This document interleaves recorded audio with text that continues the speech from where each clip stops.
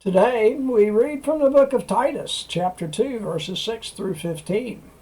This is the Greenbrier Valley Church of the Nazarene with your daily devotion, and today is Wednesday, January the 4th. Here's the word of the Lord.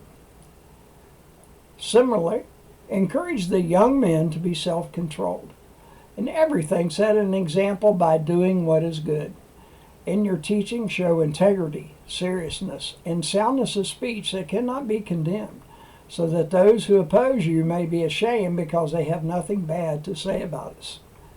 Teach slaves to be subject to their masters in everything, to try to please them, not to talk back to them, and not to steal from them, but to show that they can be fully trusted, so that in every way they will make the teaching about God, our Savior, attractive. For the grace of God has appeared that offers salvation to all people. It teaches us to say no to ungodliness and worldly passions, and to live self-controlled, upright, and godly lives in this present age, while we wait for the blessed hope, the appearing of the glory of our great God and Savior, Jesus Christ, who gave himself for us to redeem us from all wickedness and to purify for himself a people that are his very own, eager to do what is good. These then are the things you should teach. Encourage and rebuke with all authority. Do not let anyone despise you. And that is the word of the Lord. The article today is Teach Us, and it is written by Tiana Sundberg. Here's what Tiana has to say. Somehow, I had the idea that saying no might get much easier with time, as if the maturing process brought less temptation and less desire for the shining things of life. It may be that maturity gives us a clearer perspective of the pitfalls or the consequences. However, every decade and each season in life unveils areas in which we are still tempted, or maybe even newly tempted.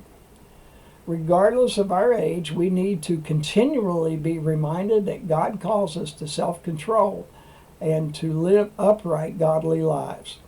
We are called to do this because our role in this world is to be the image bearers of God. We may be the only flesh and blood articulation of Jesus that some will see.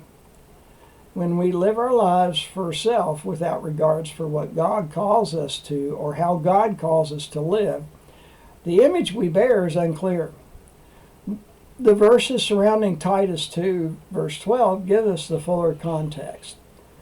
God's call on our lives is to live humbly, so that both the justice and the mercy of God are narratives of our own lives. The hymn is Not My Will But Thine by Hugh C. Benner. Not my will but thine will be done, Lord, in me.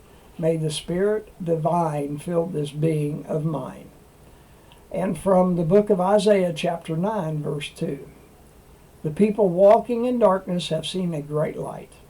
On those living in the land of deep darkness, a light has dawned. And this is your daily devotion for Wednesday, January the 4th. Have a blessed day.